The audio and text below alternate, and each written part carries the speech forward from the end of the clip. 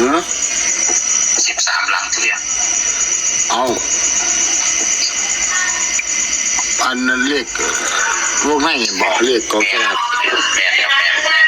แม่ โอ้จะให้วันที่13หลังเที่ยงหลังเที่ยงครับหลังเที่ยงประมาณสักเดี๋ยวสักบ่าย2ได้มาจะโทรหาเพิ่นคือเพิ่นนัดมื้อนั้นมันบ่แม่ครับโอ้ชุดบนบ่ครับหรือว่าชุดบนชุด3ตัวบนแม่ครับชุด3ตัวบน2ชุดคือเก่านี่บ่2ชุดคือเก่าโอ้เอาแต่ว่าชุดล่างยังย้ำตัวเดิมไหมชุดล่างย้ำตัวเดิมฟัน06โอ้ตัวนี้เล่นมันบ่ครับตัวนี้เพิ่นนั้นเปิดให้06แต่ว่าก็83ก็จะทิ้งมันตัวล่างเจ้แม่ครับอ๋อแต่ว่าเน้นหนักก็คือ06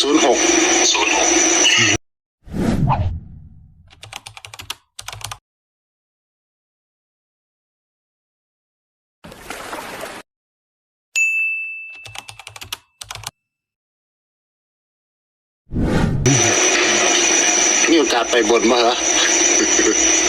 โอกาสไปบนมีบ่เดี๋ยวผมขอวันที่13 12ผมจะแจ้งแอดมินก่อน12วันที่12เด้อ12เขาจะบอกก่อนแม่นสิบอกก่อนเพราะว่าเพิ่นนัดให้ปล่อย13แต่ว่าเดี๋ยว12ถ้าว่าเย็นจังซี่นะเดี๋ยวผมสิโทรหาแอดมินครับผมโอ้ได้มาก่อนไปหาสักก่อนมันบ่แม่นครับโอ้ธรรมดาเนาะธรรมดาละเข้าต่อต้องใหญ่เย็นนะเย็นคงไปยังเอาเลยโอ้เย็นก็ว่าจะได้นัดเพื่อไว้พร้อมเนาะถ้าเป็นตัวนี้ฉะนั้นก็ต้องเพื่อไว้สักก่อนแม่นครับปลา06มันสิเป็นบนบ่โอ้แต่ว่าเป็น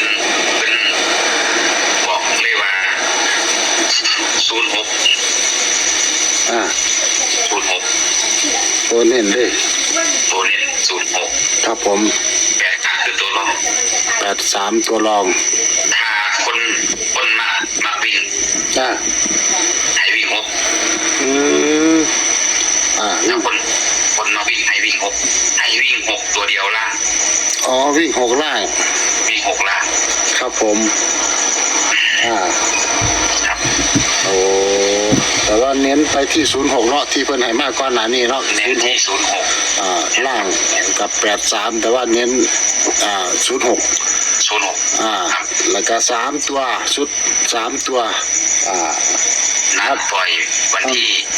13เพื่อขาดเพื่อเกิดเนาะครับผมเนาะว่าเป็นหยังขาดเพื่อเกิดเป็นบอกมาวันที่12เย็นไหมว่า13 3ก็ยังรบกวนเวลาแอดมินนะหาบ่ได้พร้อมกันเนาะหามันมีธุระมีธุระก็ได้ต่างคนต่างทำงานทำมาหากินครับผมเฮาบ่ได้ว่าให้ทำมาหาแต่เรื่องเล็กอย่างเดียวเนาะแม่นบ่หั่นไอ้แกกำลังเฮ็ดคลิปอยู่ได้ยินเสียงว่าอ้าวจนสะเดือดมาแบบใดอีกสะดอกเป็นโทรมาบอกเอาครับผมขอบคุณหลายๆครับเดี๋ยววันที่13ตอนเย็นๆถ้าว่ามันโอเคมันนิ่งแล้วชัวร์แล้วผมจะโทรหาแอดมินโอ้เอาครับผม3ตัว2ชุดเหมือนเดิมสำหรับเรียกรับที่ไก่พี่น้องแต่ว่าตัวที่ไปหาไว้ยังฝันดีคือเก่าบ่06นี่06ผมบายจังได๋ก็มี0หัวนี่โอ้จังได๋ก็มี0จังได๋ก็มาแม่นบ่จังได๋ก็มาไอ้ก็ฝันจัดกินค่อยแล้วครับมาฝันว่าสิไปใส่เบียดนี่ล่ะแต่มันน้ำท่วมทงเลยน้ำท่วมทงน้ำท่วมที่ท่วมเหรียญย่างไปว่าสิไปใส่ปลาไหลใส่เบ็ดปลาไหลแต่ว่าอันมี3หน่วยนึงโอ้มีสางบ้านเฮากลมเนาะครับผมมีจริงเลยผมมีจริง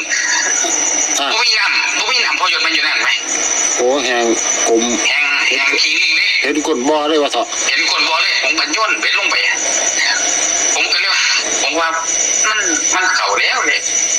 อืม มันเข่าแล้ว อืม ผมก็นำครับพี่ โอ้เพิ่ม ครับพี่ พี่แซงเพิ่มมาเถาะ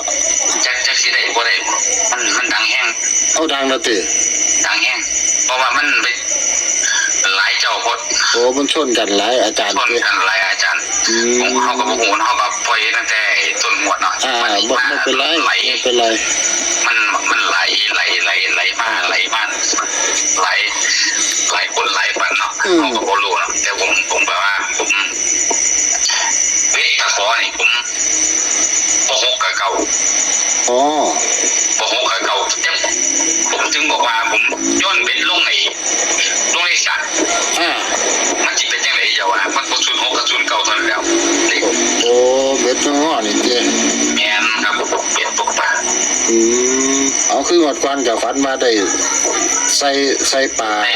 ใส่ปลา คือพร้อมกันนี่เจ้ก็มาทั้ง เด็กมันจะเอาบัดบ่เอาซะเลขฝันไหมเอา